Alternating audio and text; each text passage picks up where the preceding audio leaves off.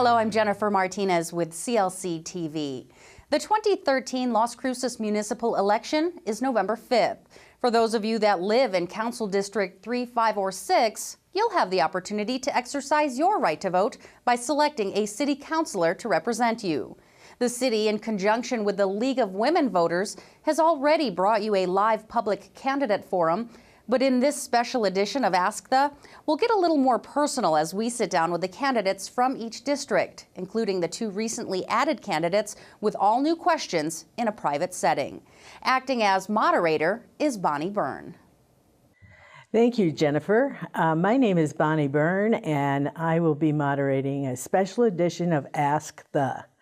Ask the candidates today. The 2 that are with us are from District 5, Gill Sorg and David Roewe.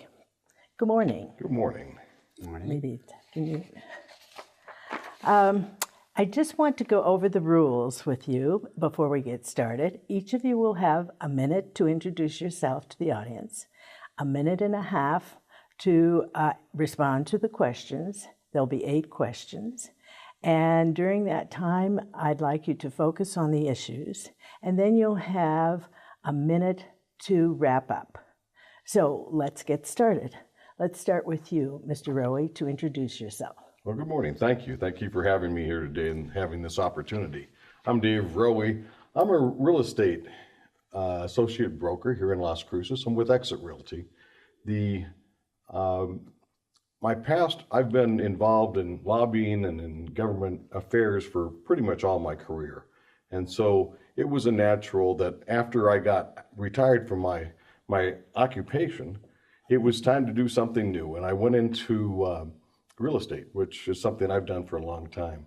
But now, after being in real estate for a few years, the political blood still is in there. And I just thought it was time to get back into the working with the city of Las Cruces and being involved in the political atmosphere. Okay. Councilor Sorg. Thank you, Bonnie, and thank you for giving us this forum today. I'm looking forward to it. I'm Gill Sorg. I'm your city councilor for District 5. And District 5 is the area between Elks Drive on the west and Highway 70 on the south and all the way to the city limits. I've been a city councilor now for 4 years, and I wish to continue to do so.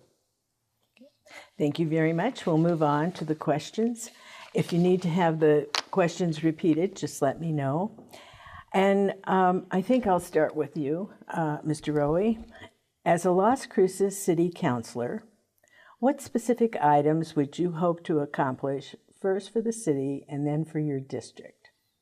Well, I would develop what's called the art of retirement. And this is, we're ranked as one of the top retirement communities in the nation, and many magazines have shown this. We don't promote ourselves through the East Coast and the Midwest about what a good place this would be to come. And the art of retirement is important because when you get retirement dollars coming into your community, they boost your banks, they boost your retail, they boost your eateries, and they don't take up a lot of services. Actually, they start volunteering, and the retired community becomes a very big part of growing Las Cruces. And so I'd like to see this one little piece start up and see if we can't start bringing these folks in on a regular basis to start really touting ourselves how good we are and how good our quality of life here is in Las Cruces. Okay. And on the second question, which would be, what would I do in the district I represent? We have 9 parks in a 7-mile-long district that houses close to 20,000 people. There's not one baseball field or soccer field in the entire district. We've been promised parks for years. We collect a lot of money in impact fees, but there isn't one baseball field, there's not one soccer field. This is what I want to see in my community. Councilor Sorg, the same question. Do you need it repeated? No. In the city, we need improvements to our infrastructure, namely streets. There are so many streets in the city that have to have additional maintenance. We're $6 million behind every year in street maintenance. We also need to support affordable housing across the city. And completing our comprehensive plan is going to be very important as far as doing both of these things. Developing the strategic plan that serves the needs of our people is going to be also very important as we go forward. In the district, we have problems with streets again. Bringing streets up to city standards that are in such poor shape is something that we need to address as soon as possible. Sonoma Ranch Boulevard on the north side of Highway 70, as you know, has been finished. We did get a start, but we're limited in how much we can do. Building parks, true, I agree. District 5 is deficient in parks. But I got to at least be able to get the neighborhood park started in the Park Hill Estates area, and that will be going in soon. Also, the Oro Vista Park on Central Avenue, there's plans very soon to have that built out for ball fields. And I encourage infill development within District 5. Okay, this next question, we'll start with you, Councilor Sorg. If the increase in gross receipts tax were not enacted, what specific ideas do you have for increasing revenue to replace the hold harmless revenues, and what specific services would you eliminate to make up for the lost revenue? Well, I don't know of any revenue source that would replace the hold harmless. The general fund of the city is filled by gross receipts tax, with some other minor ones. Gross receipts is what we have to deal with. That's what the state gives us. I would not want to see increase in property taxes, nor would I want to see increases in other minor taxes such as the gas tax. So, therefore, that's why I voted to have the hold harmless replaced by the municipal hold harmless gross receipts tax, because I don't want to cut our limited services we have in the city already. Our constituents here are crying for more services, not less. Okay, thank you. Mr. Roewe, do you need the question repeated? Well, the hold harmless piece that we're talking about is a state reduction in taxes that occur over the next 17 years. Now, until 2016, we don't see a deficit. There is no money taken away from us. And then every year after that, we get 6.5%, 6.75% reduction, which is about $500,000 a year. So what we've just done when he passed this new tax of 3/8% on the GRT, he's created $9 million a year in new taxes on the city that we don't have any immediate demand for that $9 million. So does it go into a reserve or to a rainy day fund? No. We're picking up a total of $80 million over this 15-year period of increased taxes that have nothing to do with hold harmless. So how far is this current budget behind its projected income? Is this a move to make up for the deficit? What's being done behind these closed doors? We really didn't know the true story when this came to City Council about what it was really being used for and how much it isn't being necessary at this time. So I think we've got a new tax that we need to take back and take a look at, because there's a lot of money there that it's a new tax and we don't need it. Okay. And if I was going to close a department down or to bring one out, codes would be one of my big targets. A lot of money spent there, and I think we can start making it back. Okay. The next question is for you, Mr. Roewe. Should impact fees for such items as roads, drainage, parks, and safety services be the responsibility of the city, the builder, or the home buyers? And please explain your reasoning. Well, right now, a subdivision is built, and it's built to city standards. The developer puts in all the roads, puts in all the utilities, and opens up a development that is in perfect condition. Even major roadways like Sonoma Ranch, when somebody developed those properties, they had to build half of Sonoma Ranch. Those things are already there. So this last year, we built 400 houses in Las Cruces. And if you take a look at what just that is in the GRT, that's $5.7 million in GRT, gross receipts tax. That's a lot of money. And $600,000 a year in new property tax, and there's been nothing done. The city does charge a park impact fee of $8,000 a house. Now, most of the growth that's coming in is in District 6 and 5. Where is this money? You know, in 400 houses, that's $3.2 million a year in impact fees. We've been collecting this for some time. We still don't have a park for park impact fees. This is just another hidden tax, and it's an admission tax for people to move into the city. The city has no expense when it comes to a subdivision that's built out. All they do is get money from it, both in taxes and in GRT. I'm against impact fees. Okay, thank you. Mr. Sorg? Yeah, I wouldn't agree with any of those three choices. It's the developer's responsibility to pay for the infrastructure that each development needs. And the rest of the city shouldn't have to pay for those infrastructure that each development has. Home builders and developers have agreed with the city that they will develop the infrastructure for their developments.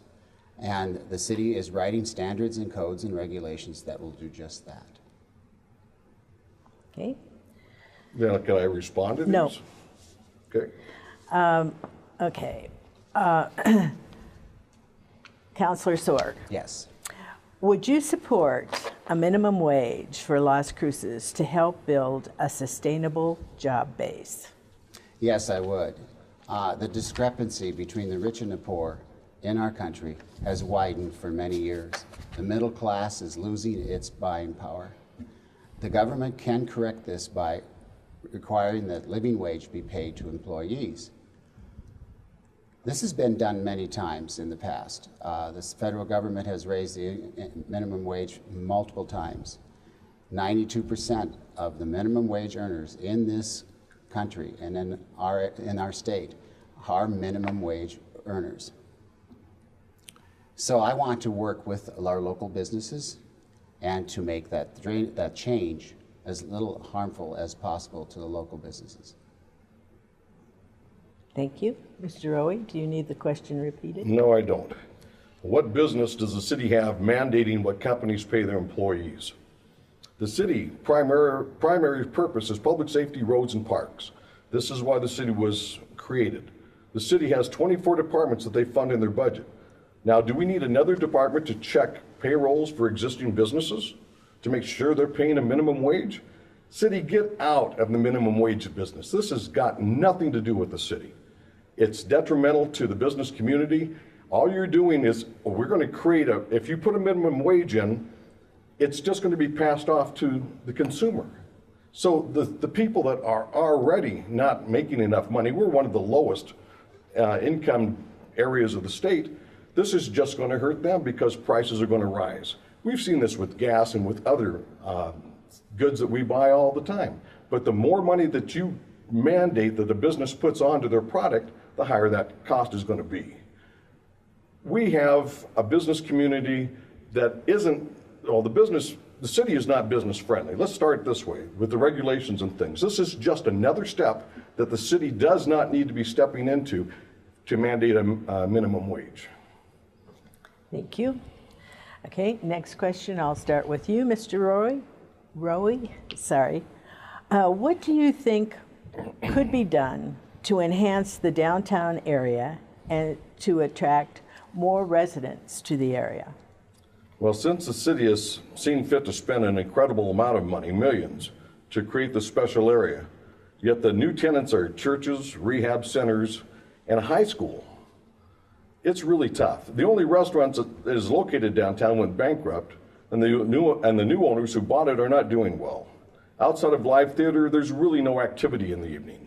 This may be a question of when do you quit pouring money into a sacred cow that is not producing anything more than a place to have Saturday market for 4 hours a week. The market tells business where it wants to expand to. It goes where the population is, where rooftops are and available income is present. The market is growing on the north part of town, especially on the 70 Main Street corridor area. We can let the market work itself, but right now with what is downtown, there's nothing outside of the theaters that will draw anybody down there. And we've got so much invested in it. And so let's let it go. Let's let the market do what it's supposed to do and let business be successful where it's supposed to be in the city. And the other part of that is you've got industrial uses downtown that have a huge amount of property down there, and they're never going to leave. So this may be a good long-term venture of 20 or 30 years from now to build something down there, but with what the city has allowed in there, it's a failure right now. Thank you. Councilor Sorg, do you need for me to repeat the question? We need to enhance the downtown area with a plaza. That is the next thing on our plan to build in the downtown. New Mexico has had a tradition of plazas in their downtown area. These are gathering places, a place to be, a sense of place. And this is what we're going to do. To finish the plan for infrastructure, we need to refinish the parking areas and the streets. Okay, thank you. This next question, I'll start with you, Councilor Sorg. What would you do to support Las Cruces as a tourist destination? There are several things. First of all, the Spaceport America, is a tremendous opportunity to showcase our unique features that we have in this area, our culture and our landscape. We must plan for huge numbers of tourists and visitors coming to see people take off into space. Every passenger will have an entourage of friends and relatives and people that just want to see this happen. They need a place to stay, they need a place to eat, etc. And also we can showcase our features that we have here in the city. Our food, world famous Hatch chilies, for example, not to mention the pecans. This kind of support that we would give for the spaceport also spills over into other areas like the film industry. The film industry is looking to expand in this area. We need to support that by being film friendly. But also, last but not least, is the National Monument. By having the National Monument here, this will attract tourists also, and they will spend their money. And that National Monument will feature our history, our culture, and our wildlife in the area. Thank you. Mr. Roewe? Proclaim your uniqueness. Destination markets around the country start with that phrase. What makes their tourist attraction unique among all things they have? One city I worked with brought in a factory outlet mall. Another converted their aging downtown into an antique mall. And still another city came together and created their city as a Bavarian village. TRC has a lake and a world-class golf course. Ruidoso has cool temperatures and a casino. White Sands National Monument is very unique. What makes Las Cruces unique? Some suggest that we promote hiking in the mountains or by building bike paths. Unfortunately, there are 1,800 miles of mountain hiking along the Rocky Mountain Range, and every city in the country seems to have bike paths. These are not unique. We do have the spaceport.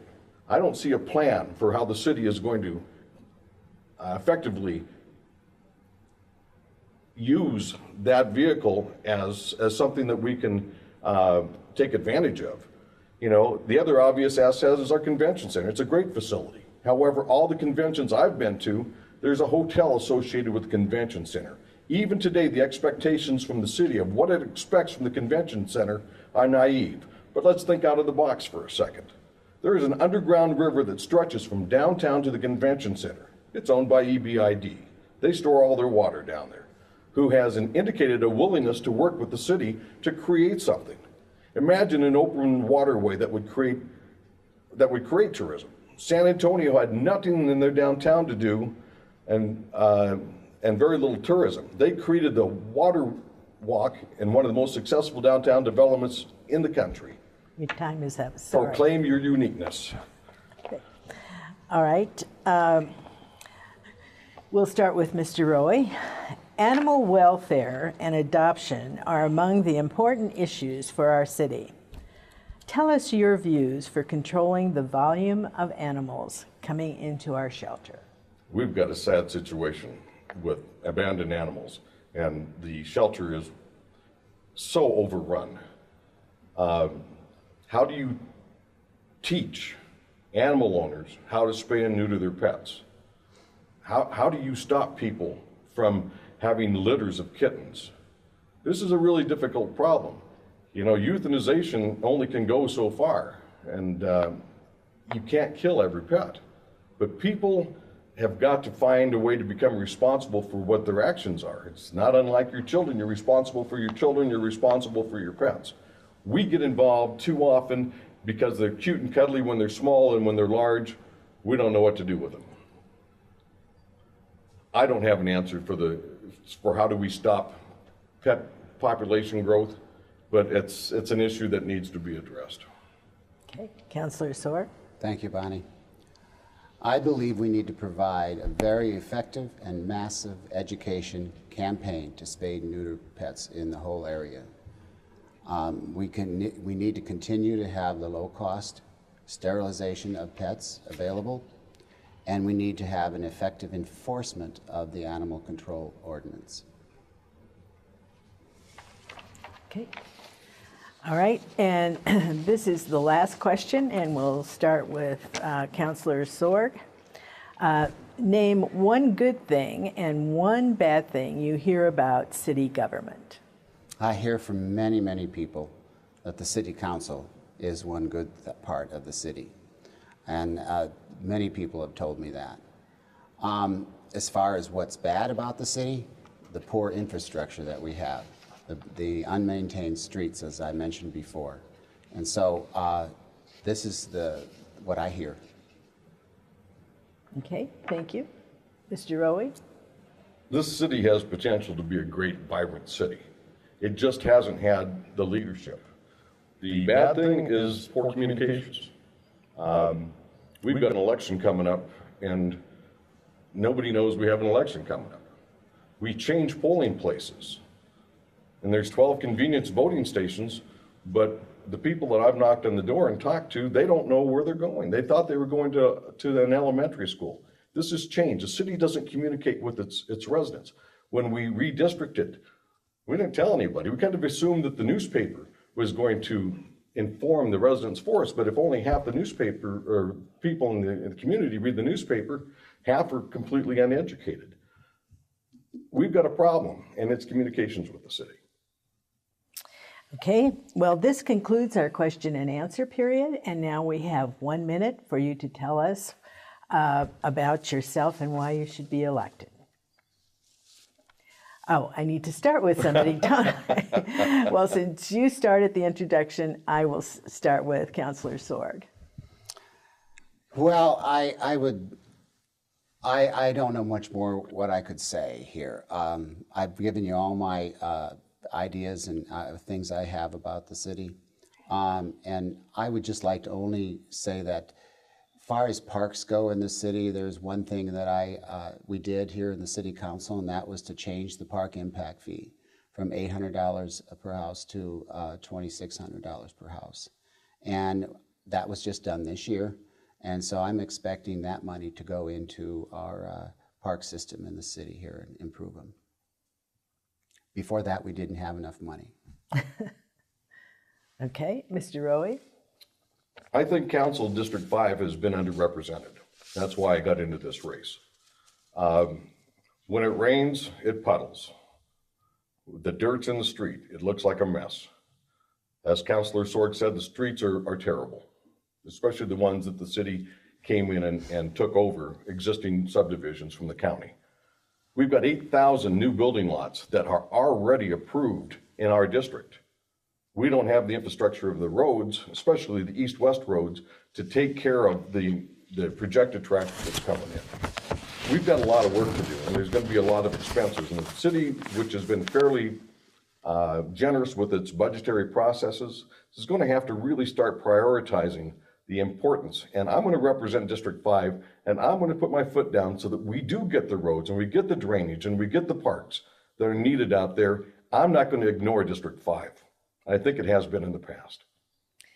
Well, thank you very much for being with us today, and back to Jennifer. Thank you, Bonnie. If you wish to watch the other district candidate forums, just go to CLCTV.com or tune into Comcast Channel 20. That's where all forums can be viewed up until Election Day. Remember, Election Day is Tuesday, November 5th, and registered voters can cast ballots at any voting convenience center located throughout the city. Here is a list of locations. You can also go to las-cruces.org to view all voting locations. Also, early voting at City Hall will go on until Saturday, November 2nd. If you are not a registered voter in District 3, 5, or 6, you will still have the opportunity to vote for Municipal Judge, which is a citywide election. Also, go to CLCTV.com or tune into CLC-TV on election night for up-to-the-minute election results. Thank you for joining us. I'm Jennifer Martinez.